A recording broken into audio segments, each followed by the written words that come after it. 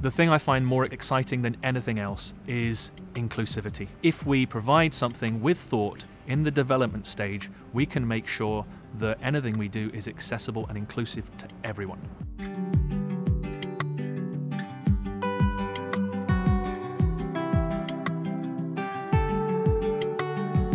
I was very aware after 18 years working for Guide Dogs for the Blind that people with disability weren't getting a good deal. We recognised that pedestrian crossings were a massive problem. If you can't cross a road safely, the anxiety about crossing a road becomes bigger and bigger. We looked at Bluetooth Low Energy as being something that we could use. We started installing chips inside pedestrian crossing boxes, which then communicated with an app that we devised, and then the phone just communicates with the chip that's sending out a signal.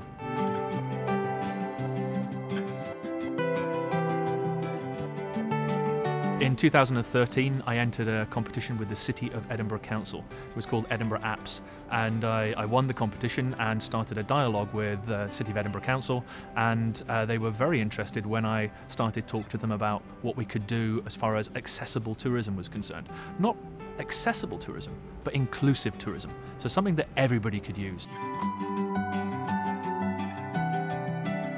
Edinburgh has well over 1 million visitors every single year. There's a real need to provide information to all of them in the way that they want to engage with it. One of the biggest problems they had on the Royal Mile was that all of the tourists really accumulated at the top of the Royal Mile, the Esplanade and the castle. And then if they were going to move down the mile, as they got further down towards the Canongate or the Parliament or Holyrood Palace, they would dissipate. And there are some amazing, interesting stories when you get below North Bridge Street. When you're walking along and you're running our app, Edinburgh Up Close, and you walk anywhere near one of our beacons, a part of the app opens up and gives you information about where you're standing. Now, the reason that information is pertinent to where you're standing is because the beacon has a very specific ID. It shouts out a certain number to your mobile device. Your mobile device goes to the place within the application that's pertinent to where you are and gives you that information. The biggest thing with providing a solution like this is content. If we provide text, for instance, in an audio guide, in a traditional audio guide, the person can then access the text. If we want to put that text into 30 or 40 different languages, it's actually quite an easy task to do, and we can do that with this application.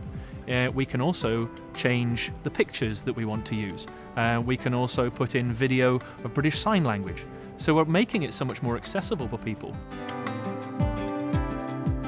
Do I have a favourite story? Every single story is of interest, but there are some that are really surprising.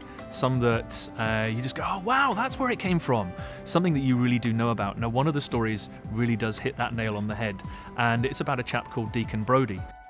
By day, Brodie was the most respected of men.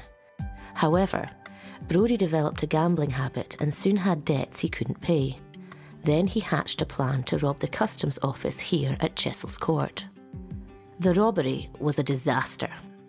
One of the reasons that we used Bluetooth Low Energy was because we realised that we didn't need to access the internet and Wi-Fi in order to use it. So no need for Wi-Fi, no need for connectivity, no need for data roaming. It is purely something that interacts with our beacon. In the first 3 weeks, we had over 1,000 downloads with really quite minimal advertising at that point. We know that when we increase the advertising, this potentially could just multiply up, but over 1,000 downloads with some really positive reviews. Neatebox truly is about having an inclusive society. We want everybody to be equal, or as equal as they possibly can be, and we believe that we can provide solutions so that when they access information, it is pertinent and engaging to them.